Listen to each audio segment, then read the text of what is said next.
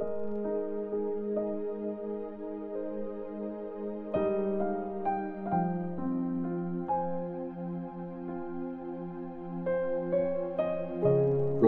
chapter 1. Galing ang sulat na ito kay Paul, servant ni Christ Jesus, apostol na pinili at tinawag ng Diyos para i-preach ang magandang balita. Pinangako ng Diyos ang magandang balita noong unang panahon. Sinabi ito ng mga prophets niya sa Holy Scriptures. Ang magandang balita ay tungkol sa anak niya, ang Panginoong nating si Jesus Christ. Sa pagiging tao niya, pinanganak siya sa lahi ni David.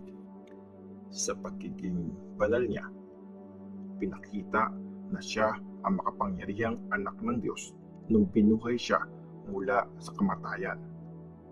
Dahil sa kanya, binigyan kami ng Diyos ng privilege na maging apostol ni Christ para i-lead ang mga tao sa lahat ng mga bansa na maniwala at sumunod. Kasama kayong mga taga-Rome, tinawag din kayo para maging disciple ni Jesus Christ. Para sa inyong mga taga-Rome ang sulat kong ito, kayong mga mahal ng Diyos at tinawag para maging banal na bayan niya. Tanggapin niyo ang sobrang kabaitan at kapayapaan na bigay ng Diyos na Tatay natin at ng Panginoon nating si Jesus Christ. Nagpasalamat si Paul sa Diyos. Una sa lahat, nagpapasalamat ako sa Diyos sa tulong ni Jesus Christ dahil sa inyong lahat. Balitang-balita kasi sa buong mundo ang faith niyo sa Kanya. Lagi kayong kasama sa prayers ko. Alam ng Diyos yan. Nagsaserve ako sa Diyos ng buong puso tuwing pinipreach ko ang magandang balita tungkol sa anak niya. Pinagpe-pray ko sa Diyos na gawin niyang posible na makapunta na ako diyan sa inyo ngayon. Gustong-gusto ko na kasi kayong makita para ma-share ko sa inyo ang mga blessings na binigay ng Espiritu ng Diyos para mapalakas ang faith nyo. Ibig kong sabihin para matulungan natin ang isa't isa para mapalakas ko ang faith nyo at mapalakas nyo din ako. Mga kapatid, gusto kong malaman nyo na maraming beses kong nilanong bisitahin kayo pero laging hindi natutuloy. Gusto kong may ma-convince din akong maging disciple ni Christ diyan sa Rome, gaya ng nagawa ko sa ibang mga Gentiles. May obligasyon kasi ako sa lahat ng tao, sa mga civilized at sa mga hindi, sa mga marunong at sa mga walang alam. Kaya nga, gusto ko ring i-preach ang magandang balita dyan sa inyo sa Rome. Ang kapangyarihan ng magandang balita. Buo ang tiwala ko sa magandang balita. Ito ang kapangyarihan ng Diyos para iligtas ang lahat ng naniniwala kay Christ. Una, ang mga Jews, tapos mga Gentiles.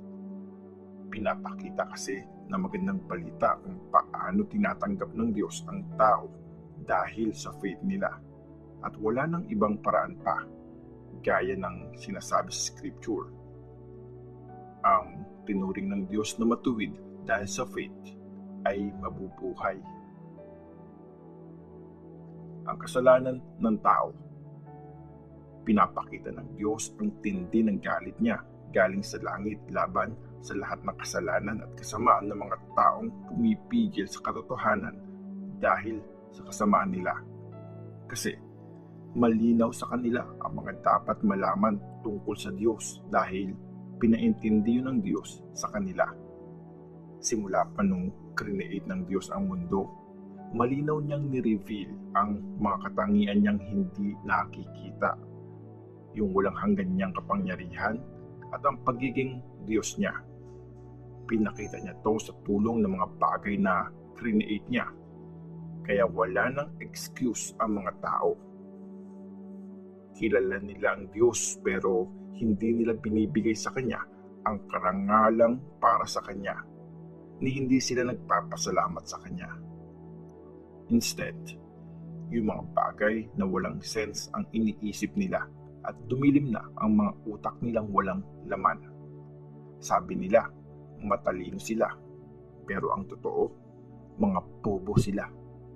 Imbes na sambahin ang Diyos na walang hanggan, sinasamba nila yung mga estatwa na mukhang tao, mga ibon, at iba-ibang hayop na lumalakad o gumagapang. Kaya pinabayaan na sila ng Diyos sa mga maruruming bagay na gusto nilang gawin at sa mga kahalayang ginagawa nila sa isa't isa. Pinagpalit nila sa hindi totoo ang katotohanan tungkol sa Diyos. Sinamba nila at pinaglingkuran ang mga ginawa ng Diyos, imbes na ang mismong Creator na dapat purihin magpakailanman. Amen.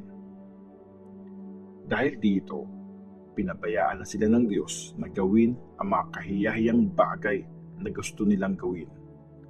Pinagpalit na ng mga babae ang natural na pakikipagrelasyon sa mga hindi natural na paraan.